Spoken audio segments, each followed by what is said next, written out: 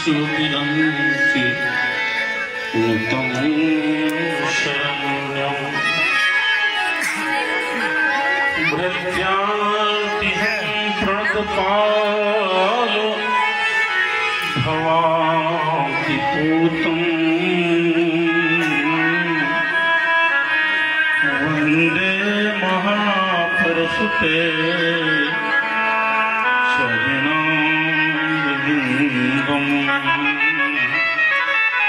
वन्दे महापुरुषते चरणारविन्दम्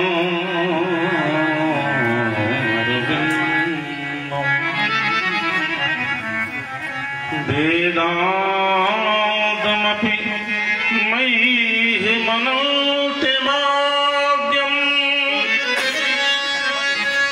तापत्रयानि रणमूलमात्रम्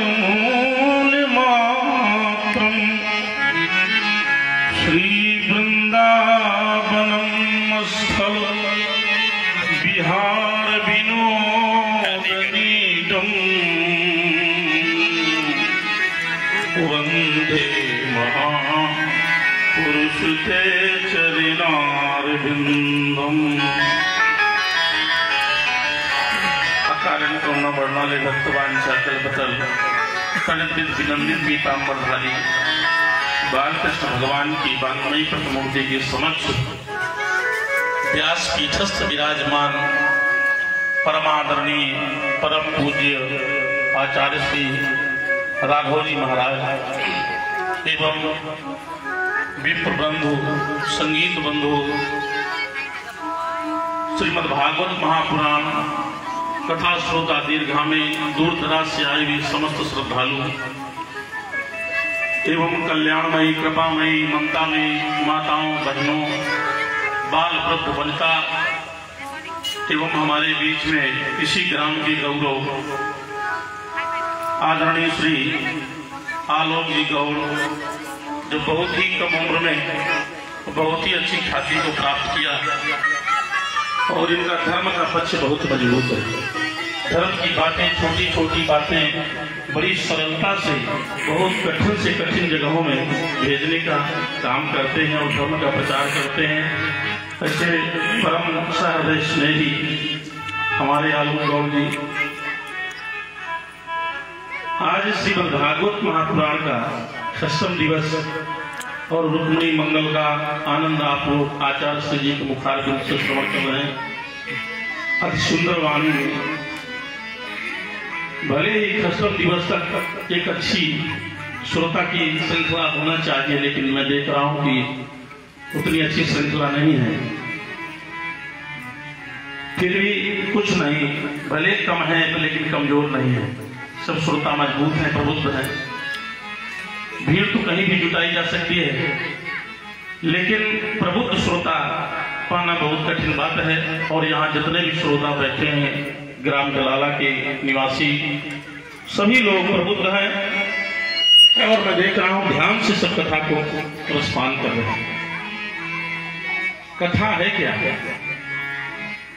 कथा भगवान की है तो भगवान की कथा को हम सुनते हैं और हम लोगों के पास में क्या है? व्यथा है। हम लोग अपनी व्यथा को लेकर के बैठे हैं भगवान की कथा के सामने। जो अपनी कथा को व्यथा को लेकर के कथा के सामने बैठेंगे और कथा और व्यथा का जब स्पर्श होगा तो व्यथा भी कथा बन जाएगी, क्योंकि कथा में इतना पावर है। जैसे गोस्वामी तुलसीदास जी प्रभु श्री राम जी के मंदिर में जाते और जाकर के अपने गले की माला भगवान श्री राम जी को कृष्ण भगवान को पहना देते और उनकी माला लेकर के स्वयं पहन लेते और चले जाते। पुजारी जी ने एक दिन कहा कि अरे गोस्वामी तुलसीदास जी आप विश्व कवि हैं, परम विद्वान हैं और ऐसे विद्वान होकर के भी ऐसी गलती करते हैं। अपनी माला भगवान को पहनाते हो और भगवान की माला स्वयं पहनते हो, इसका कारण क्या है? गोस्वामी तुलसीदास जी कहते हैं मेरे पास जो माला है वो दुर्गुणों की माला है तो भगवान के पास में जो माला है वो सद्गुणों की माला है। इसलिए हम जाते हैं अपने दुर्गुणों की माला भगवान के ऊपर चढ़ा देते हैं, क्योंकि भगवान में वो सामर्थ्य है कि हमारे दुर्गुणों को भी सद्गुणों में बदल सकते हैं।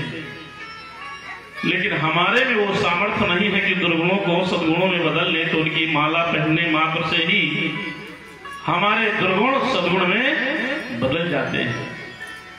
भगवान के पास जाने का, कथा में बैठने का यही मूल रूप से उसका फल है।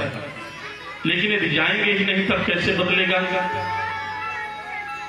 इसलिए हम भले माई की सहायता से दूर दूर कथा को सुनते हैं, लेकिन वो कथा सुनना सार्थक नहीं है। क्यों? मैं आपसे पूछता हूं कि दूर का दर्शन अच्छा है कि पास का दर्शन अच्छा है?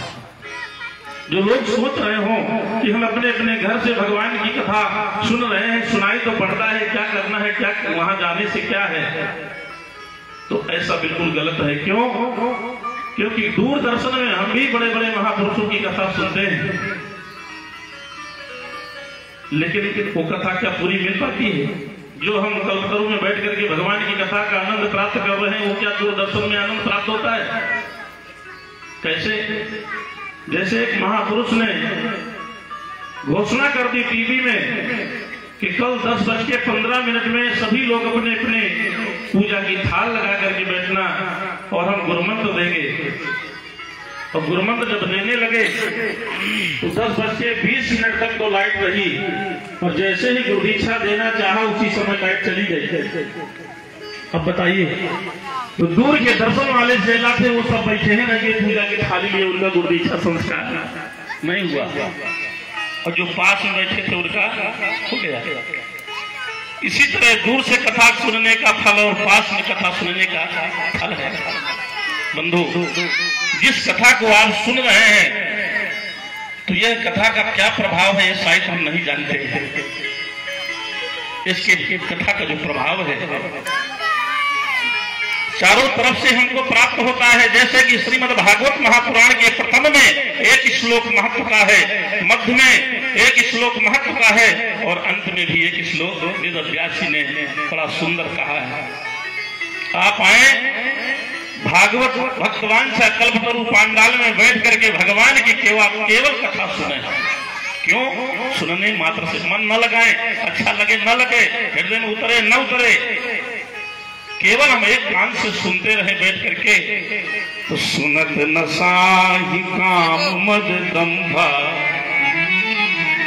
केवल सुनने मात्र से, श्रवण मात्र से शरीर के जो दुर्गुण है अपने आप नष्ट होने लगेंगे, फलफलाने लगेंगे, छटपटाने लगेंगे। सुनत न साहि काम मद दंभा। और जिस श्रीमद् भागवत महापुराण की पोथी के सामने बैठे हो, उस पोथी का जब फल पूछा गया इसका फल क्या है, तो कहा श्रवणात् दर्शनात् स्पर्शनात् मुक्ति। जिनको सुनने की भी अकल न हो, वो आकर के केवल आंख से देखें तो देखने मात्र से ही उनका उद्धार हो जाएगा। जो श्रवण करना चाहे वो श्रवण करे, श्रवण करने से उद्धार हो जाएगा। और जो ये भी नहीं कर सकते वो केवल फूल चढ़ा करके प्रणाम कर ले, इतने मात्र से उद्धार हो जाएगा। लेकिन शर्त एक है कि उनको भक्तवांछा कल्पतरु में आकर के बैठना पड़ेगा, भगवान के पास जाना पड़ेगा। पहला श्लोक है यद फलम नास्ति तपसा न योगे न समाधिना तद फलम समयक लभते कलो के सो कीर्तना। जिस फल की प्राप्ति के लिए गंगा स्नान करते हैं, हरिद्वार जाते हैं, केदारनाथ जाते हैं, संसार के दूर दराज क्षेत्रों में भ्रमण करते हैं, जो फल वहां से भी नहीं प्राप्त होना है, क्योंकि नहीं नया स्थानी तीर्थानी मुल्ला मतलब है। बहुत नियम से जब तीर्थों का वास करेंगे तब तीर्थ फल देने में समर्थमान है। लेकिन वो सारा फल भगवान के कथा में बैठ करके और थोड़ा सा ताली बजा करके गुनगुनाने से सारा फल प्राप्त हो जाता है। किसी ने कहा नहीं हमको तो ये फल नहीं चाहिए, इससे मतलब नहीं है, क्योंकि हम तो भूतवा से परेशान है। हमारे यहाँ प्रेत लगा है, अशांति फैली है, क्या करें? रातों दिन सोने नहीं देता है, रहने नहीं देता है। हमारे बगल वाले ने मंत्र का प्रभाव डाल दिया है हमारे घर में, तो हम उस दिन से सो ही नहीं पाते, रह नहीं पाते। तो बोले कथा से कहा भूतवा दूर हो गई है। एक ने कहा कि हमारे यहाँ गरीबी है, तो कहा भगवान दे गई है। बंधु, श्रीमद्भागवत महापुराण के हजारों प्रमाण है कि जब आप हृदय से भगवान की कथा को सुनोगे और समर्पण भावना से, तो भगवान आपके घर में दे जाते, देते हैं, रातों दिन देते हैं। हम कभी अनुभूत नहीं करते हैं कि कैसे हमको मिल रहा है। ये अनुभूति का स्थान है सत्संग, भगवान की कथा। वेद व्यास जी ने कहा कथा सुनने वाले सावधान, ये मत भूलो कि कथा सुनने से भूत प्रेत से मुक्ति नहीं मिलेगी। तो वेद व्यास जी ने श्रीमद्भागवत महापुराण के प्रसंग में मत में कहा, मंत्रा छिद्रम देश कालास्तुतः सर्वं करोति निश्चित्रं नाम संकीर्तनम तव।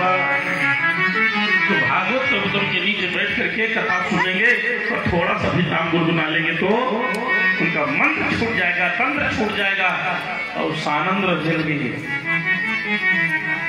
और आखिरी में तो कल विश्राम दिवस है, तो रामाचंद्र की कथा आप सुनेंगे बेटा व्यास जी के मुखार बिंदु से आखिरी श्लोक भागवत महापुराण का सावधान करते हुए कहते हैं, जिसने भी भगवान का नाम जपा है या श्रद्धा से भगवान का स्मरण किया है, नाम संकीर्तनम यस्य